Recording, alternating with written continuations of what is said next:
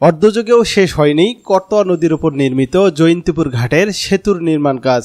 2018 সালে শুরু হলেও সেতুটির নির্মাণ কাজ 6 বছরেও শেষ করতে পারেনি সংশ্লিষ্ট ঠিকাদারি প্রতিষ্ঠান।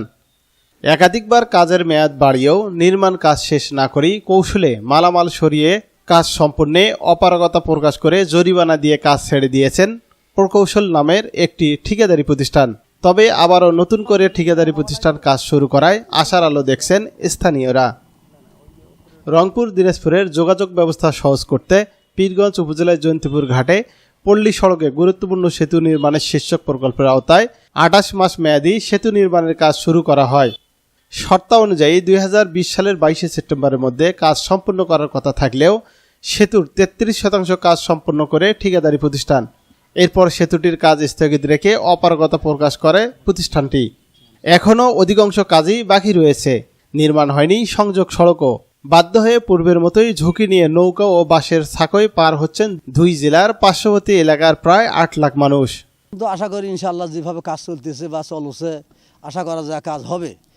আমাদের এখানকার লোকের যা অবস্থা, এইবার দিনাজপুর রংপুরের মানুষের খুব কষ্ট, বুঝলেন। এদের আবার সুবিধা কাজ দেওয়া হয়, আনতে হয়, বুঝলেন নাকি 2000, 3000, 2500 টাকা খরচ লাগে আমাদের।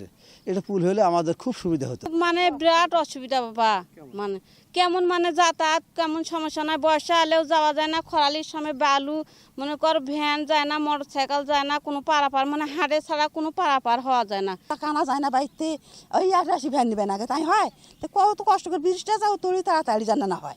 এটা আবেদন আর কিছু নাই আমার। সেতুটির নির্মাণ কাজ শেষ হলে দিনাজপুরের ঘোড়াঘাট, নবাবগঞ্জ, বিরমপুর ও রংপুরের পীরগঞ্জ উপজেলায় প্রায় 8 লাখ মানুষ দুর্ভোগ থেকে মুক্তি পাবে।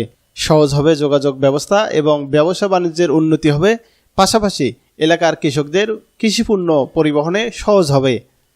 সুবিধে এই ব্রিজটা হলে আমাদের যোগাযোগ আমাদের সব দিক দিয়েই ভালো হবে। এমনকি আমাদের এমন একটা সমস্যা, এই রাস্তাঘাট ব্রিজের কারণে আমাদের পরিবার থেকে কোনো লোক মারা গেলে তা রাস্তার থেকে ঘাড়ত করে নিয়ে আসি মারি দেওয়া লাগে। এর চাইতে আর বড় দুঃখ আর কিচ্ছু নয়। কাজে হয় না, মনে করে এই ধরনের মনে করেন এতদিন যাবৎ চলে গেল এইভাবে থাকতে মানুষের মনে করেন এটা চলাচল একটা সুবিধা, জনগণের সুবিধা, পাবলিকের সুবিধা, সবারই সুবিধা, এটা চলাচল একটা সুবিধা না। সেই কাজটা মনে করো হঠাৎ করে বন্ধ হয়ে গেল। বন্ধ হওয়ার পর যার হয় না এই যে বর্তমানে সরকারের যাওয়ার পতনের পর এই মনে করো কাজটা চালু হয়ে গেল। প্রথমত আমরা প্রতিদিন স্কুলে যাই অনেক কষ্ট করে, সময় মেনটেন করতে পারি না। দ্বিতীয়ত এই পাড়ার লোক ওই পারে অনেক সয় সম্পত্তি আছে, জমি, এগুলি ধান কাটাই করা বা অন্য ফসল অনেক শ্রম দিয়ে অনেক পরিশ্রম করে ওই পাশে ঘুরে আসে কাঁচদাও ব্রিজ দিয়ে। সব মিলে এটা হাজারো মানুষের সমস্যা, তাড়াতাড়ি এটা সমাধান হলে আমরা সবাই এর থেকে মুক্তি পাই। পীরগঞ্জ উপজেলা প্রকৌশলী মশিউর রহমান বলেন, যেহেতু নতুন করে ঠিকাদারি প্রতিষ্ঠান সেতুটির কাজ শুরু করেছে, আশা করা যাচ্ছে 2025 সালের শেষের দিকে নির্মাণ কাজ শেষ হবে।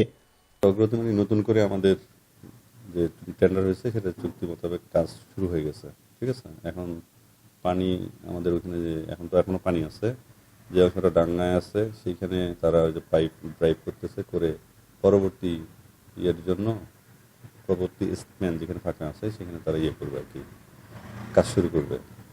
ঠিকাদারও মোটামুটি স্পিডি আছে, আশা করি দ্রুতই শেষ হবে আর কি।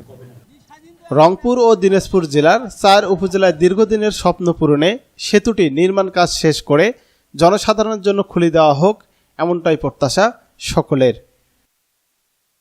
মিনহাজুল ইসলাম মিলন, পীরগঞ্জ, রংপুর।